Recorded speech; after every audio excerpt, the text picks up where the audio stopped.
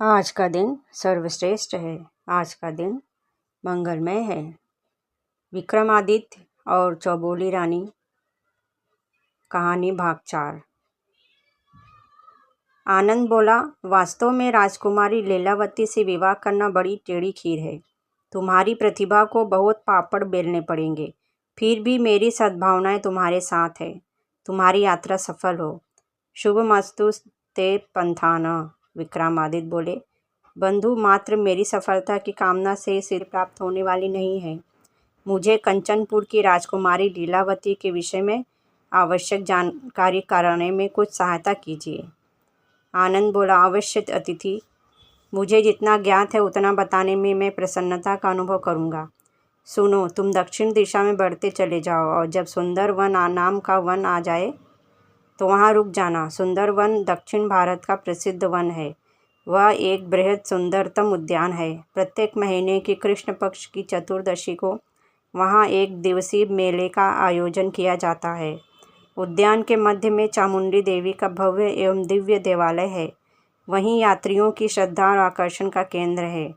हजारों की संख्या में यात्री आते हैं और देवी की आराधना करते हैं। सूर्यास्त के समय ही मेला समाप्त हो जाता है। सूर्यास्त होने के पश्चात राजकुमारी लीलावती अपनी सखियों के साथ आकाश मार्ग से आती हैं और देवलय नृत्य और भक्ति संगीत से गूंज उठता है। देवालय के आंगन में राजकुमारी लीलावती अपनी कंचुकी उतारकर संगमरमर के एक पाषाण खंड पर रख देती हैं।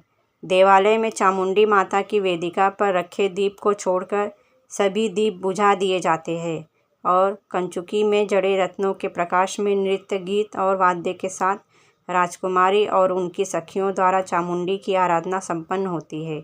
उस समय राजकुमारी और उसकी सखियों को छोड़कर देवालय में सबका प्रवेश वर्जित रहता है। यदि तुम किसी भी विधि से उस कंचुकी को प्राप्त कर लो तो कंचुकी लौटाने के बदले तुम्हारा साक्षात्कार राजकुमारी लीलावती से हो सकता है। विक्रमादित्य ने कहा, भाई आनंद, मैं तुम्हारा उपकार जीवन पर्यंत नहीं भूलूंगा। कभी उज्जैन आओ तो अवश्य भेंट करना। यह कहकर राजा विक्रमादित्य चल दिए। आनंद ने पुकार कर कहा, ओ भाई परदेसी, अपना नाम और पता तो बताते जाओ। मैं उज्जैन में तुम्हें कैसे खोजूंगा। राजा विक्रमादित्य ने बिना रुके कहा, इसकी कोई आवश्यकता नहीं। उज्जैनी आते ही मुझे पता चल जाएगा कि तुम आ गए हो। आनंद कुतूहल भरी दृष्टि से राजा को देखते ही रह गया जब तक कि वे आंखों से ओझल न हो गए। राजा विक्रम ने दक्षिण भारत की सीमा में प्रवेश किया। दक्षिण भारत के जन साधारण में सर्वत्र रानी लीलावती की चर्चाएं व्याप्त थी। कोई उसके रूप की प्रशंसा कर रहे थे तो कोई उसकी बुद्धिमत्ता की, कोई वैभव की तो कोई उनके स्वर और गीत की। राजा विक्रम कल्पना में राजकुमारी लीलावती की आकृति बनाने लगे और उस विभिन्न गुणों से विभूषित नारी को पाने के लिए व्याकुल हो उठे। उनके चरणों की गति बढ़ गई। वे जितनी जल्दी हो उतनी जल्दी सुंदरवन में पहुंच जाना चाहते थे। आखिर उनका गंतव्य निकट आ ही गया। सुंदरवन में पहुंचकर उन्होंने माता चामुंडी की भक्तिभाव से वंदना की। चामुंडी माता का देवालय विशाल था। माता की मूर्ति के आगे बहुत बड़ा प्रांगण था जहाँ भक्ति संगीत का मधुर नाद गूंजता रहता था। नदी के प्रवाह की भांति श्रद्धालुओं की भीड़ उमड़ती आ रही थी। चामुंडी माता की मूर्ति बहुत विशाल थी। लोगों की मान्यता थी कि माता जिस पर प्रसन्न हो जाती है उसका भाग्योदय हो जाता है। राजा विक्रमादित्य आतुरता से कृष्ण पक्ष की चतुर्दशी की प्रतीक्षा करने लगे। अंततः कृष्ण पक्ष की चतुर्दशी आई। सुंदरवन की सघन नीरवता घटने लगी। सूर्योदय के साथ कोलाहल बढ़ने लगा। सुंदरवन में विविध वेशभूषा में देश विदेश के नार नारी दृष्टिगोचर होने लगे। जय चामुंडी माता, जय चामुंडी माता के जय घोष से सुंदरवन निनादित हो उठा। राजा विक्रम मेले में घूमते रहे। मेले की साज सज्जा अनुपम थी। कहीं नट नटी अपना कर्तव्य दिखा रहे थे, कहीं सपेरे बीन बजाकर सांपों को खिलाने का कौशल प्रदर्शित कर रहे थे। पुरुषों और नारिकेल की दुकानों पर बड़ी भीड़ थी।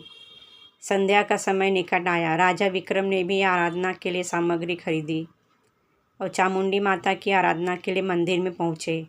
मंदिर में नर नारियों की विशाल भीड़ थी। संपूर्ण देवालय में चंदन और कपूर की सुगंध व्याप्त थी। विशाल देवालय भी भीड़ को देखते हुए अत्यंत छोटा प्रतीत हो रहा था। राजा विक्रम ने भक्तिभाव से माता चामुंडी की आराधना की।